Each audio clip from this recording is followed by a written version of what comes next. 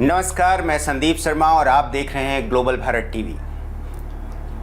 आज हम बताएंगे कि अमेरिका आखिर क्यों इतना बौखलाया हुआ है, कनाडा भारत से क्यों इतनी दुश्मनी लेने को बेकरार है। बताएंगे कि कैसे एक अकेले विकास यादव ने दुनिया के सामने ला दिया है अमेरिका का चाल, चरित्र और चेहरा। अमेरिका की गजब बेइज्जती हो गई जिसे वो बर्दाश्त नहीं कर पा रहा। अमेरिका को ये कतई बर्दाश्त नहीं कि भारत का दुनिया में प्रभाव बढ़े। विकास यादव का नाम FBI वांटेड लिस्ट में डालना और भारत को उससे जोड़ना उसी का ही एक नतीजा है। आप खुद देखिए, अमेरिका कनाडा के सपोर्ट में खड़ा है।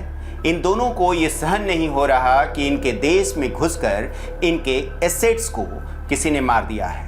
जी, एसेट्स इसलिए कह रहा हूँ क्योंकि ये किसी भी, चाहे वो पन्नू हो, चाहे वो निज्जर की बात हो, इन लोगों को वो अपने एसेट्स के रूप में इस्तेमाल करते हैं किसी और देश में शांति को भंग करने के लिए। ये भारी बेइज्जती वाली बात है इनके लिए, खासकर अमेरिका के लिए। कनाडा को तो मुंह की खानी पड़ी। आरोप लगाना आसान है, लेकिन उसको प्रूफ कैसे करेंगे। खुद ट्रूडो ने बोल दिया अपने पार्लियामेंट्री बोर्ड के सामने कि उसके पास कोई ठोस सबूत नहीं है। उनके पास तो खुफिया एजेंसी से खबरें आई थी, जो सूचना मिली थी, जो जानकारी मिली थी, उसके आधार पे उन्होंने ये आरोप लगाया था भारत पे। और वो खुफिया एजेंसी कौन थी? वो 5 आइज़ के नाम से जानी जाती है, जिसमें अमेरिका, कनाडा, ब्रिटेन, ऑस्ट्रेलिया और न्यूजीलैंड शामिल हैं। ये अमेरिका के लिए अब और बेइज्जती की बात हो गई। पन्नू अमेरिका और कनाडा दोनों का नागरिक है, लेकिन खुलेआम उनके देश से भारत को बांटने की बात करता है, भारत में आतंक फैलाने की बात करता है। भारत ने 60 से ज़्यादा ऐसे लोगों की लिस्ट अमेरिका को दी है जिनके लिए एक्स्ट्राडिशन की मांग की गई है।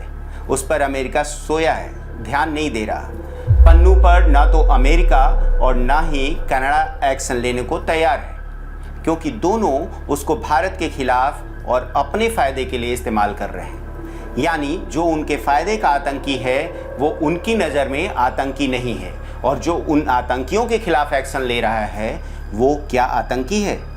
ये दोहरा चरित्र कैसे चलेगा? अभी तक तो अमेरिका दूसरे देशों में घुसकर ये सब काम करता था। CIA सभी देशों में अपने जासूस फैलाकर अपने स्नाइपर्स की मदद से अपने दुश्मनों को मारता है तो ठीक है, लेकिन भारत जो आज से 10 साल पहले तक उसके इशारे पर चलता था, आज वो उसके घर में घुसकर अपनी शर्तों पर अपने हित की बात कर रहा है, तो ये अमेरिका कैसे बर्दाश्त कर सकता है?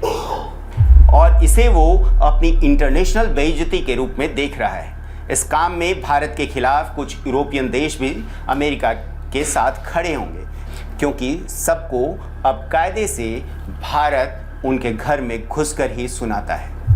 एस जयशंकर अमेरिका और यूरोप में बैठकर ये कहते हैं कि जो हमारे देश के हित में सही होगा हम वही फैसला लेंगे, किसी के दबाव में हम कोई काम करने वाले नहीं हैं। वो पश्चिमी देशों के दोहरे चरित्र को दिखाते हुए ये भी कहते हैं कि जो उनकी प्रॉब्लम है वो दुनिया की प्रॉब्लम, और जो दूसरे देशों की प्रॉब्लम वो उनकी नहीं। ये कब तक चलेगा? प्रधानमंत्री नरेंद्र मोदी यूक्रेन जाते हैं तो रूस भी जाते हैं, इजराइल भी दोस्त है तो वो फ़िलिस्तीन की भी बात करते हैं, ईरान से भी व्यापार है तो अमेरिका से भी नज़दीकी संबंध है। भारत को पता है कहाँ तटस्थ रहना है और कहाँ किसके साथ खड़ा रहना है। पिछले हफ्ते जयशंकर पाकिस्तान गए, अगले हफ्ते मोदी रूस जाएंगे। जयशंकर SCO की बैठक में गए थे, मोदी ब्रिक्स की बैठक में जा रहे हैं। रूस में होने वाली बैठक में ब्राज़ील, रसिया, चाइना, साउथ अफ्रीका और भारत के प्रीमियर जमा होंगे। वहां मोदी और शी जिनपिंग की मुलाकात संभावित है। दोनों के मिलने से भारत चीन तनाव में थोड़ा बहुत सुधार होने की गुंजाइश भी है। उधर मोदी के नेतृत्व में विदेशों में बैठकर भारत के खिलाफ साजिश रचने वालों के खिलाफ अब इजरायली स्टाइल में काम करना भारत ने शुरू कर दिया है। हिंदुस्तान वैश्विक राजनीति में अपनी पकड़ को मजबूत बना चुका है। आर्थिक रूप से भी देश काफ़ी तेज़ी से बढ़ते हुए तीसरी बड़ी शक्ति बनने की कोशिश में लगा हुआ है। ऐसी स्थिति में अमेरिका को बेचैनी और परेशानी काफ़ी है। वो बौखलाया हुआ है लेकिन कुछ कर नहीं पा रहा और कुछ कर भी नहीं सकता, क्योंकि चीन को रोकने के लिए उसे भारत के साथ की ज़रूरत है। चीन खुद को विश्व की सबसे बड़ी आर्थिक शक्ति बनाना चाहता है और बहुत हद तक वो अमेरिका को चैलेंज भी कर चुका है।